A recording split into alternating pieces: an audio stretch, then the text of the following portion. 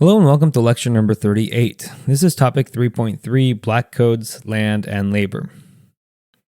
The first of two learning objectives is to explain how black codes undermined the ability of African Americans to advance after the abolition of slavery. The initial black codes were restrictive laws that undermined the newly gained legal rights of African Americans. These laws aimed to control their movement, their ability to take certain jobs, or to start their own businesses. They essentially sought to ensure the availability of subservient agricultural labor in the South for the plantation owners who were getting their land reinstated to them by the federal government. Historically, these black codes were inspired by earlier laws from the antebellum period, such as slave codes, which regulated the behavior of enslaved people and ensured their availability as labor. This attempt to reinstate the antebellum power structure mirrored pre-Civil War social hierarchies. Black codes criminalized normal activities and curtailed the rights of African Americans.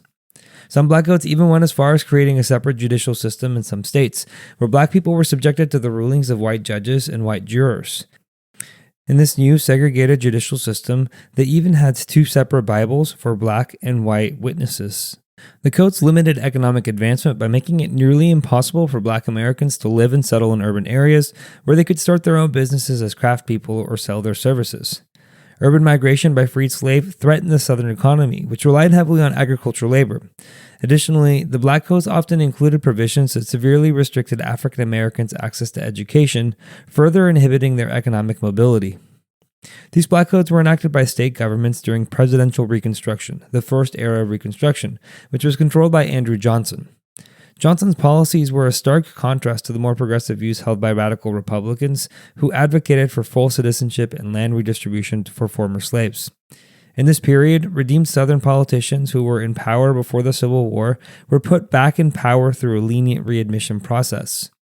These new black codes in 1865 and 1866 were not unlike the social controls and surveillance of the earlier slave codes enacted before the Civil War. For example, vagrancy laws under the black codes were similar to the fugitive slave laws, which sought to control the movement of African Americans. The picture on the screen is a political cartoon which shows some of the redeemed Southern figures retaking control of Southern politics at the expense of a newly freed black person who is depicted lying on the ground next to an American flag. This image symbolizes the betrayal of the promises made during emancipation, particularly the promise of equal citizenship. Political cartoons of the era were a powerful tool used to criticize the implementation of black codes and the broader failures of Reconstruction. These images often highlighted the hypocrisy of restoring rights to former Confederates while denying basic freedoms to African Americans. Let's talk about black codes that limited property ownership. These black codes required newly freed people to enter into labor contracts, or they would be arrested for vagrancy. As mentioned in the last slide, business licenses were limited to African Americans by making them prohibitively expensive. The state of Mississippi outlawed African Americans from renting property in urban areas, which guaranteed that African Americans had to live in rural areas where most of the agricultural work was located. In some states like Louisiana, the black codes even included provisions that allowed for corporal punishment as penalty for violating labor contracts, effectively maintaining a system of coerced labor. Many of the labor contracts that African Americans were forced to enter into provided little pay. The contracts were often with the same enslaver who had enslaved them prior to the Civil War, and much of the work was the same as before emancipation. Anyone who tried to escape the labor contract could be whipped and brought back to the place of work to finish out their contract. If an African American refused to enter into a labor contract, they could be arrested and prosecuted for vagrancy, which some of these black codes made a crime. This put any black person without proof of employment at risk of being imprisoned and hired out through what we will talk about later as the convict lease system. Black codes also created a large disruption to African American families because some black codes allowed children to be taken by the state and forced into unpaid apprenticeships without the parents' consent, usually to pay off a family's debt. In these forced apprenticeships, children were often subjected to physical punishment and could not leave the system until they were 21 years old. When this was challenged in the courts in the state of Maryland, it was upheld in the case Adeline Brown versus the state in 1865.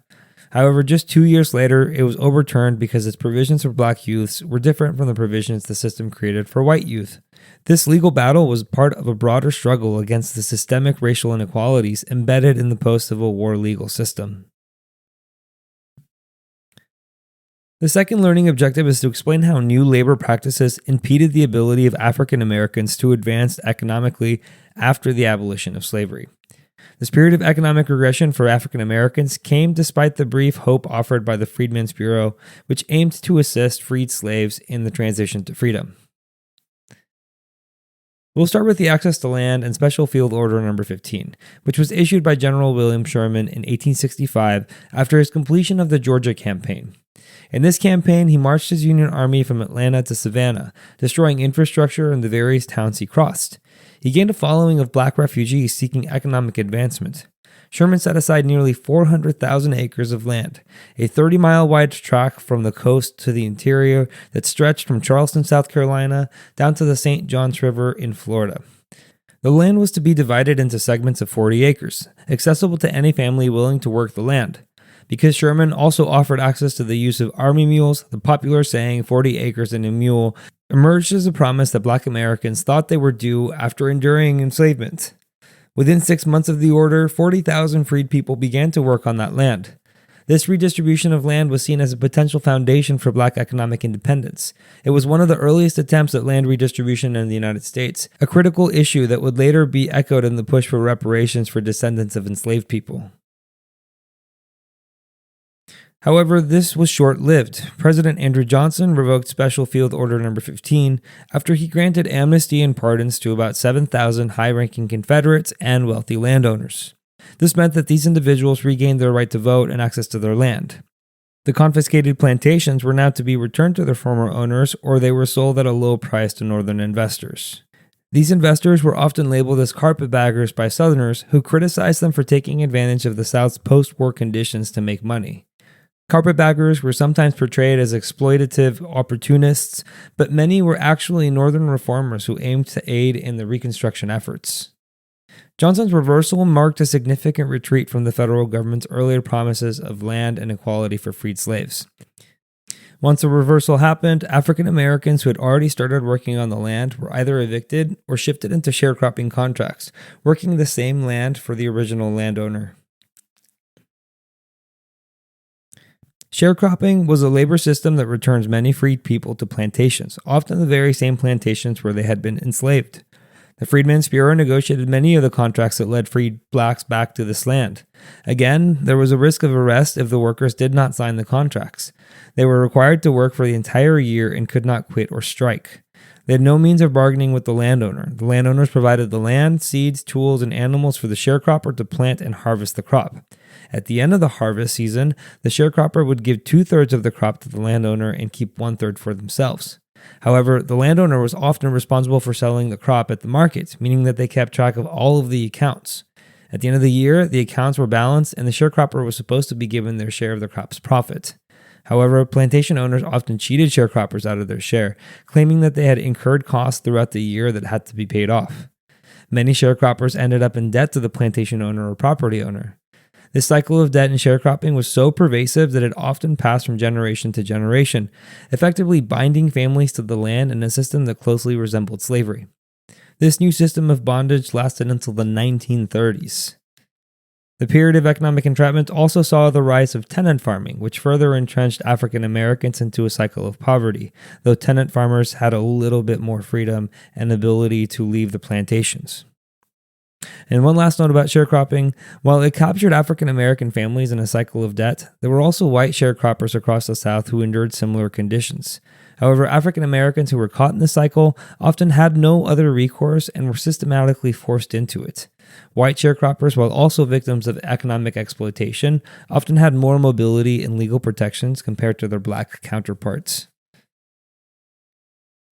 Another extortionary system the black workers had to endure was the crop lien system. This was a predatory lending practice that targeted sharecroppers and tenant farmers. These were black farmers who did not own the land but instead paid cash or rent to use the land and grow crops.